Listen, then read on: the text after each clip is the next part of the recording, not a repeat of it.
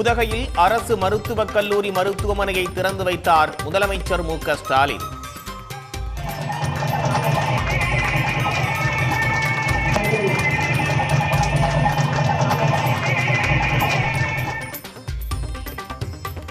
தொகுதி மறுவரையறை தொடர்பான தமிழ்நாட்டு மக்களின் அச்சத்தை போக்க வேண்டும் என பிரதமர் மோடிக்கு வலியுறுத்தல்.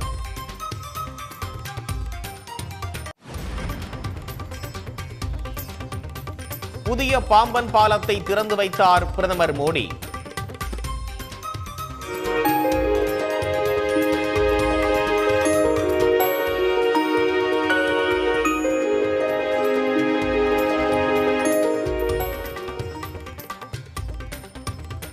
ராமேஸ்வரம் தாம்பரம் இடையே புதிய ரயில் சேவை உள்ளிட்ட 8300 கோடி ரூபாய் மதிப்பிலான நலத்திட்டங்களை தொடங்கி வைத்தார்.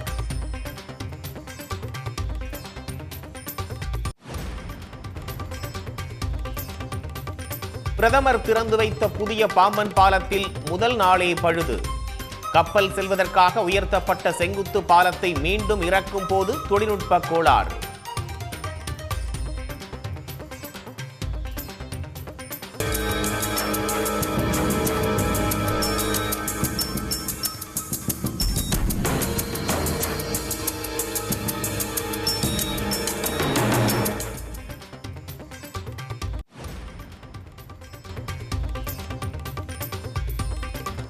தமிழ்நாட்டிற்கு 3 மடங்கு அதிக நிதியை அளித்திருப்பதாக பிரதமர் மோடி விளக்கம்.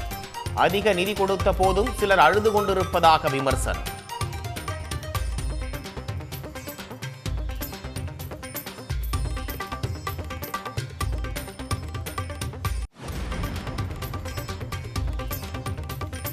பிரதமர் மோடி தொகுதி வரையறை உள்ளிட்ட முக்கிய பிரச்சனைகள் குறித்து பேசாமல் சென்றுவிட்டதாக முதலமைச்சர் மு.க. ஸ்டாலின் விமர்சனம். தமிழ்நாட்டில் பாஜகவுக்கு இடமே இல்லை என்ற முடிவை வரும் தேர்தலில் மக்கள் அளிக்க வேண்டும் என வலியுறுத்தல். மக்களோட முக்கியமான பிரச்சனைகளுக்கு பதில் சொல்லாம தவிர்க்கிறவங்களுக்கு நாம் என்ன செய்ய முடியும்? தமிழ்நாட்டை தவிர்க்கக்கூடிய மக்களுக்கு மீண்டும் தமிழ்நாட்டில் உங்களுக்கு இடமே இல்லை என்ற பதிலைத்தான் வரக்கூடிய தேர்தலில் நீங்கள் வழங்கிட வேண்டும். மார்க்சிஸ்ட் கம்யூனிஸ்ட் கட்சியின் பொதுச் செயலாளர் ஆனார் கேரளாவைச் சேர்ந்த மூத்த தலைவர் M.A. Baby. K. Balakrishnan, Vasuki உள்ளிட்ட 18 பேர் அரசியல் குழு உறுப்பினர்களாக தேர்வு.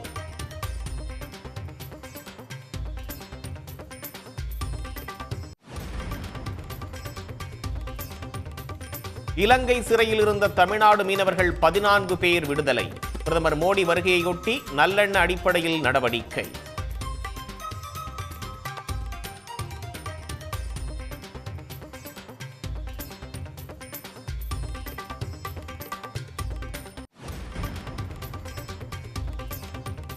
பிரதமர் மோடியின் தமிழக வருகைக்கு எதிர்ப்பு தெரிவித்து காங்கிரஸ் கட்சியினர் ஆர்ப்பாட்டம். கருப்பு கொடி ஏந்தி மோடிக்கு எதிராக முழக்கம்.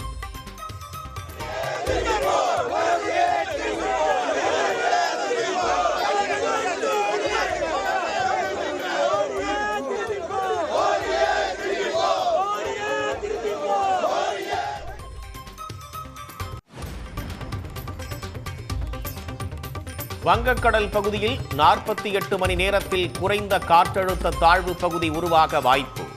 தமிழ்நாட்டில் 6 நாட்களுக்கு மிதமான மழை பெய்யக்கூடும் என சென்னை வானிலை ஆய்வு மையம் தகவல்.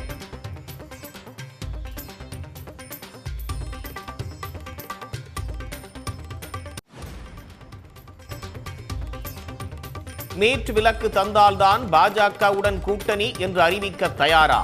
எடப்பாடி பழனிசாமிக்கு முதலமைச்சர் மு.க. ஸ்டாலின் சவால்.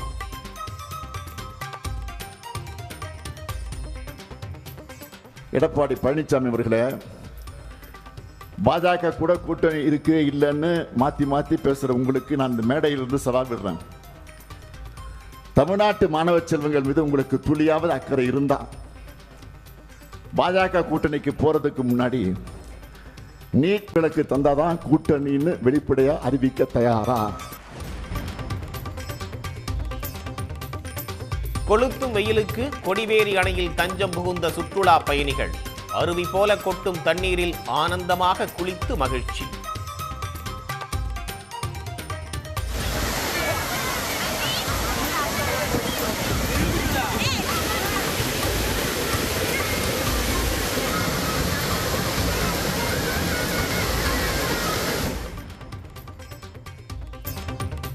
பெருந்துறையில் அத்திக்கடவு அவிநாசி திட்ட குழாய் மீது லாரி மோதி விபத்து. குழாய் உடைந்து வீணாக வெளியேறும் தண்ணீர்.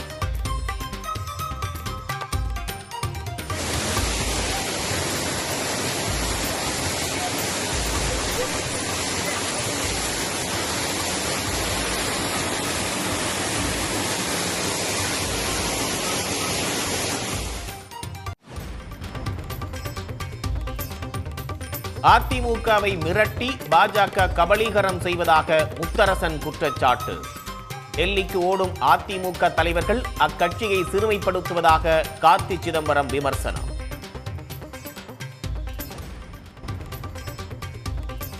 தற்போதைக்கு ஓய்வில்லை என மகேந்திர சிங் தோனி அறிவிப்பு. ஓய்வை பற்றி அறிவிக்க இன்னும் 10 மாதங்கள் இருப்பதாகவும் விளக்கம். உதகையில் 353 கோடி ரூபாய் மதிப்பில் நவீன வசதிகளோடு கட்டப்பட்டிருக்கும் அரசு மருத்துவக் கல்லூரி மருத்துவமனையை தமிழ்நாடு முதலமைச்சர் மு.க.ஸ்டாலின் திறந்து வைத்தார்.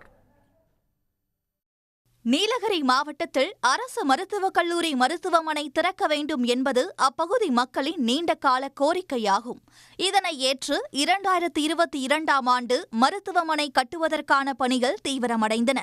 இந்நிலையில் 353 கோடி ரூபாய் மதிப்பில் 700 படுக்கை வசதிகளுடன் கட்டப்பட்ட அரசு மருத்துவக் கல்லூரி மருத்துவமனையை முதலமைச்சர் மு.க.ஸ்டாலின் இன்று திறந்து வைத்தார்.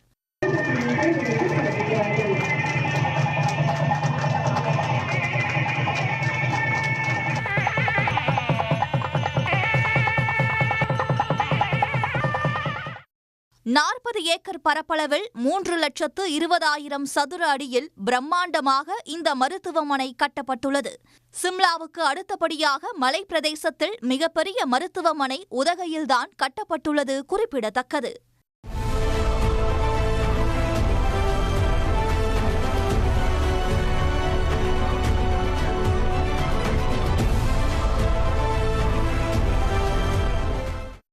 MRI, CT scan, digital X-ray போன்ற அதிநவீன தொழில்நுட்பத்துடனும் 10 அறுவை சிகிச்சை அரங்கங்கள், அவசர சிகிச்சை பிரிவு உள்ளிட்ட சிறப்பம்சங்கள் மருத்துவமனையில் இடம்பெற்றுள்ளன. குறிப்பாக பழங்குடியின மக்களுக்கு என 50 படுக்கை வசதிகள் கொண்ட பிரத்யேக வார்டும் அமைக்கப்பட்டுள்ளது. நாங்கள்லாம் முதல் ஆஸ்பத்திரி இல்லாமல் கோயம்புத்தூர், காலிக்கட்டு, சுல்தான் பத்திரி போயிட்டு இருந்தோம். நம்முடைய முதலமைச்சர் அவர்கள் தமிழ்நாடு அரசும் மாண்புமிகு சுகாதாரத்துறை அமைச்சர் டிஸ்ட்ரிக்ட் அட்மினிஸ்ட்ரேஷன் சேர்ந்து 700 படுக்கை உள்ள ஒரு மருத்துவமனை அமைச்சு எங்களுக்கு எல்லா வசதிகளும் செஞ்சு தந்து அதில் 50 படுக்கைகள் ட்ரைபிள்ஸ்க்காக தனிப்பட்ட முறையில் ஒதுக்கி இந்த வார்டை ஏற்படுத்தி தந்ததற்காக நாங்கள் எங்களுடைய அனைத்து பழங்குடியினர் சார்பாக தமிழ்நாடு அரசுக்கும் நிர்வாகத்துக்கும் நாங்கள் நன்றிதனை தெரிவித்துக் கொள்கிறோம். முன்னதாக உதகை வந்த முதலமைச்சர் மு.க.ஸ்டாலினுக்கு மேளதாளங்களுடன் உற்சாக வரவேற்பு வழங்கப்பட்டது.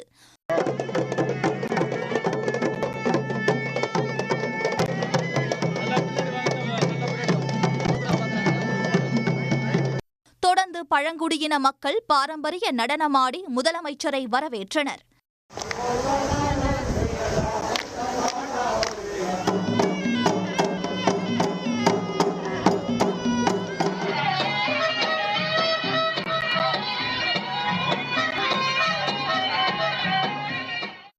அப்போது பழங்குடியின மக்கள் ஆசையாக வழங்கிய நினைவு பரிசுகளை முதலமைச்சர் பெற்றுக் கொண்டார். தொடர்ந்து பழங்குடியின மக்களுடன் கலந்துரையாடி புகைப்படம் எடுத்துக்கொண்ட முதலமைச்சர் அவர்களின் கோரிக்கைகளை நிறைவேற்றுவதாக உறுதியளித்தார். ஜனநாயகத்திற்கு விரோதமான முறையில் நிறைவேற்றப்பட்டுள்ள வக்பு வாரிய திருத்தச் சட்டத்திற்கு எதிராக திமுக சார்பில் நாளை உச்சநீதிமன்றத்தில் வழக்கு தாக்கல் செய்யப்படும் என முதலமைச்சர் மு.க.ஸ்டாலின் அறிவித்துள்ளார். நீலகிரி மாவட்டம் உதகையில் நடைபெற்ற அரசு நிகழ்ச்சியில் பேசிய முதலமைச்சர் மு.க.ஸ்டாலின் 79 கோடியே 81 லட்சம் ரூபாய் மதிப்பீட்டில் உதகைக்கான 6 முக்கிய புதிய அறிவிப்புகளை வெளியிட்டார். கூடலூரில் 300 வீடுகள் கொண்ட புதிய கலைஞர் நகர், பழங்குடியினர் அருங்காட்சியகம் மற்றும் ஆராய்ச்சி மையம் அமைக்கப்படும் என அறிவித்தார். உதகையில் பன்னடுக்கு கார் நிறுத்துமிடம், எங்கும் ஏறலாம் எங்கும் இறங்கலாம் என சுற்றுலா முறை, நாடு காணி இயற்கை சுற்றுலா மையம் மேம்பாடு உள்ளிட்ட அறிவிப்புகளையும் வெளியிட்டார். பழங்குடியினருக்கு 23 சமுதாய கூடங்கள், 200 வீடுகள் கட்டித்தரப்படும் என்றும் தெரிவித்தார். தொடர்ந்து பேசிய அவர், தொகுதி மறுசீரமைப்பு என்ற பெயரில் மிகப்பெரிய சதி நடக்க இருப்பதை எதிர்த்து முதலாக குரல் கொடுத்தது தமிழ்நாடுதான் என்றார். இது வெறும் தொகுதிகளின் எண்ணிக்கை பற்றிய கவலை அல்ல என்று குறிப்பிட்ட அவர், நம் அதிகாரம், உரிமைகள் மற்றும் எதிர்காலங்கள் பற்றிய கவலையாகும் என்றார். மேலும் ஜனநாயகத்திற்கு விரோதமான வக்பு வாரிய திருத்த சட்டத்தை எதிர்த்து உச்சநீதிமன்றத்தில் திமுக நாளை வழக்கு தாக்கல் செய்யும் என்றும் அறிவித்தார். ராசா அவர்களும் அப்துல்லா போன்றவர்கள் எல்லாம் அந்த பரிந்துரைகள் எல்லாம் படிச்சு பார்த்துட்டு எதிர்ப்பு தெரிவிச்சிருக்கிறாங்க. ஆனால் எதையும் காதில் வாங்காம வக்பு திருத்த சட்டம் ஜனநாயகத்துக்கு விரோதமான முறையில் நிறைவேற்றப்பட்டதுக்கு நாளை நம்ம துணை பொதுச் செயலாளர் ராசா பேர்ல வழக்கு தொடுக்கப்படும். தொடர்ந்து பேசிய முதலமைச்சர், பாஜகவுடன் அதிமுக கூட்டணியில் இருந்த போதும், கூட்டணியில் தேர்தலை சந்தித்த போதும் நீட் விலக்கு வேண்டும் என்று ஏன் நிபந்தனை விதிக்கவில்லை என்று கேள்வி எழுப்பினார். இப்ப கேட்கிறாரு பழனிசாமி, நீட் ரகசியத்தை சொல்லுங்க. பழனிசாமி கேட்டுக்கிட்டு இருக்காரு. இந்தியா கூட்டணி ஆட்சி மட்டும் ஒன்றியத்தில் அமைஞ்சிருந்தா நிச்சயம் நீட் விலக்கு நிறைவேறி இருக்கும். மாண்புமிகு எதிர்க்கட்சி தலைவர் எடப்பாடி பழனிசாமி அவர்களே, பாஜக கூட கூட்டணி இருக்கு இல்லைன்னு மாத்தி மாத்தி பேசுற உங்களுக்கு நான் இந்த மேடையிலிருந்து சவால் விடுறேன். தமிழ்நாட்டு மாணவ செல்வங்கள் மீது உங்களுக்கு துளியாவது அக்கறை இருந்தா பாஜக கூட்டணிக்கு போறதுக்கு முன்னாடி நீட் விலக்கு தந்தாதான் கூட்டணின்னு வெளிப்படையா அறிவிக்க தயாரா? தமிழ்நாட்டை எத்தகைய அரசியல் சூழ்ச்சியாலும் வெல்ல முடியாது என்றும், வீழ்த்தவும் தாம் விடமாட்டேன் என்றும் முதலமைச்சர் மு.க.ஸ்டாலின் சூளுரைத்தார். நாட்டின் முதல் செங்குத்து தூக்கு பாலத்தோடு கூடிய புதிய பாம்பன் ரயில் பாலத்தை பிரதமர் நரேந்திர மோடி திறந்து வைத்தார். இலங்கை அரசுமுறை பயணத்தை முடித்துக்கொண்டு ராமநாதபுரம் மாவட்டம் மண்டபத்திற்கு ராணுவ ஹெலிகாப்டர் மூலம் பிரதமர் மோடி வந்தார். பிரதமர் மோடியை ஆளுநர் RN ரவி, ரயில்வே அமைச்சர் அஸ்வினி வைஷ்ணவ், தமிழ்நாடு அமைச்சர்கள் தங்கம் தென்னரசு, ராஜ் கண்ணப்பன் உள்ளிட்டோர் வரவேற்றனர்.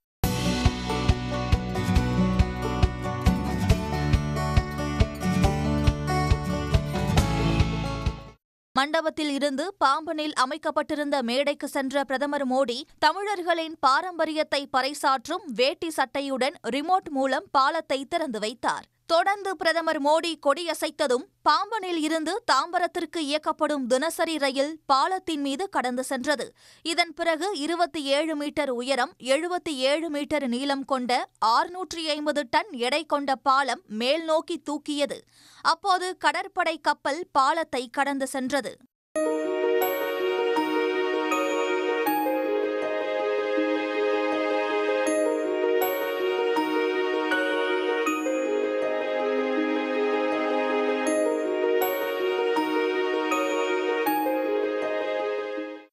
₹550 கோடி மதிப்பில் அமைக்கப்பட்டுள்ள இந்த புதிய பாலம் இந்தியாவின் முதல் செங்குத்து தூக்கு பாலம் என்ற பெருமையை பெற்றுள்ளது.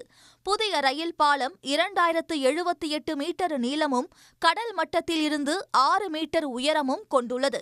333 கான்கிரீட் அடித்தளங்கள், 99 தூண்கள், 102 இணைப்பு கிரிடர்களுடன் அமைக்கப்பட்டுள்ளது. இதனிடையே பாம்பன் புதிய பாலம் திறக்கப்பட்ட முதல் நாளே பழுது ஏற்பட்டது.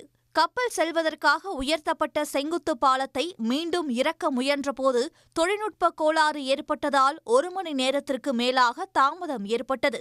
பின்னர் தொழில்நுட்ப கோளாறு சரி செய்யப்பட்டதாக அதிகாரிகள் தரப்பில் தெரிவிக்கப்பட்டது. முன்னதாக பாம்பன் பாலம் திறக்கப்பட்ட பிறகு ராமநாத சுவாமி கோயிலில் பிரதமர் மோடி சாமி தரிசனம் செய்தார். இதைத் தொடர்ந்து கருவறை முன்பு அமர்ந்து பிரதமர் மோடி வழிபாடு செய்தார்.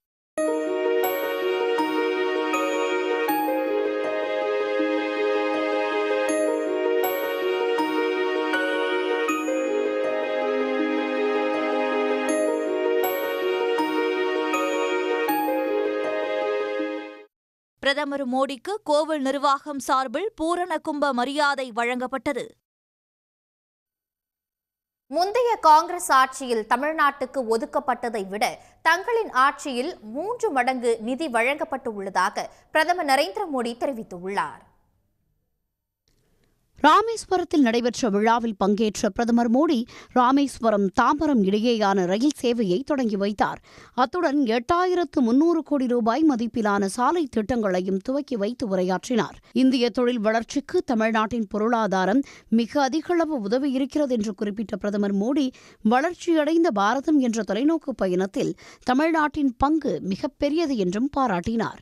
கடந்த 10 ஆண்டுகளில் ரயில்வே பட்ஜெட்டில் தமிழ்நாட்டிற்கு 7 மடங்கிற்கும் அதிகமான நிதி ஒதுக்கப்பட்டுள்ளது என்று குறிப்பிட்ட பிரதமர் மோடி இந்த ஆண்டு ரயில்வே பட்ஜெட்டில் தமிழ்நாட்டிற்கு 6000 கோடி ரூபாய் நிதி ஒதுக்கீடு செய்யப்பட்டுள்ளது என்றார்.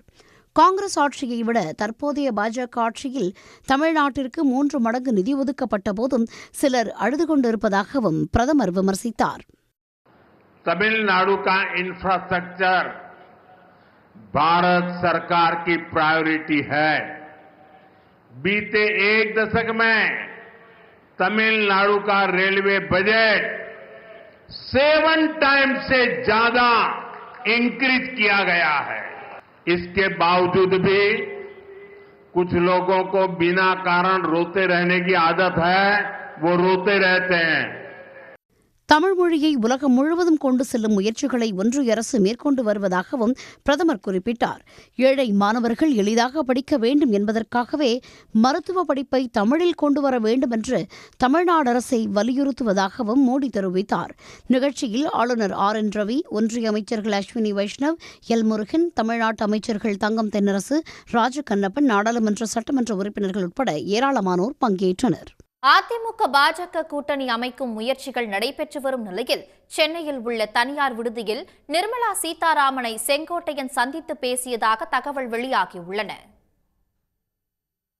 2024 நாடாளுமன்ற தேர்தலுக்கு முன்னர் பிரிந்த அதிமுக பாஜக கூட்டணி 2026 சட்டமன்ற தேர்தலில் மீண்டும் இணைய பேச்சுவார்த்தைகள் நடைபெற்று வருகின்றன. மார்ச் 26ஆம் தேதி டெல்லி சென்ற அதிமுக பொதுச் செயலாளர் எடப்பாடி பழனிசாமி உள்துறை அமைச்சர் அமித்ஷாவை சந்தித்து பேசினார்.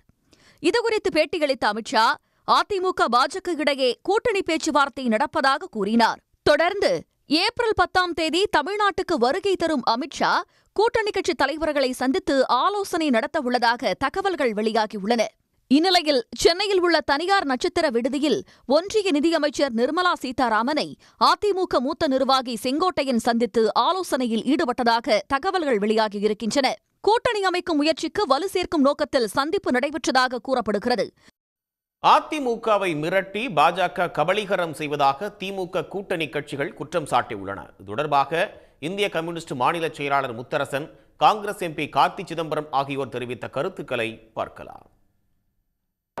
அண்ணா திராவிட முன்னேற்ற கழகம், அனைத்து இந்திய அண்ணா திராவிட முன்னேற்ற கழகம் எடப்பாடியின் கட்டுப்பாட்டில் இல்லை. நம்பர் 1. நம்பர் 2, ரெண்டாவது விஷயம், பாரதிய ஜனதா கட்சி அதிமுகவை மிரட்டி, குறிப்பாக எடப்பாடி பழனிசாமி மிரட்டி பணிய வைத்து தனது அணியில் சேர்ப்பதற்குள்ள நடவடிக்கைகளை மேற்கொள்கிறது. மிரட்டல் அரசியல். அதிமுகன்றது ஒரு சாதாரண கட்சியில் தமிழ்நாட்டை பல ஆண்டுகள் ஆண்ட கட்சி.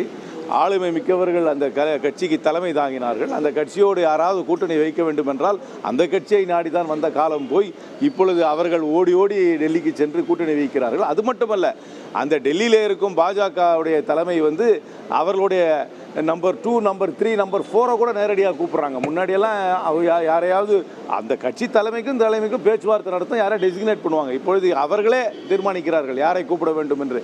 ஒரு நாளைக்கு பொதுச்செயலாளரை கூப்பிடுகிறார்கள், அதுக்கப்புறம் பொதுச்செயலாளராக ஆக வேண்டும் என்று விரும்புவதை கூப்பிடுகிறார்கள். உடனுக்குடன் செய்திகளை தெரிந்து கொள்ள சன் நியூஸ் பெல் ஐகானை கிளிக் பண்ணுங்க.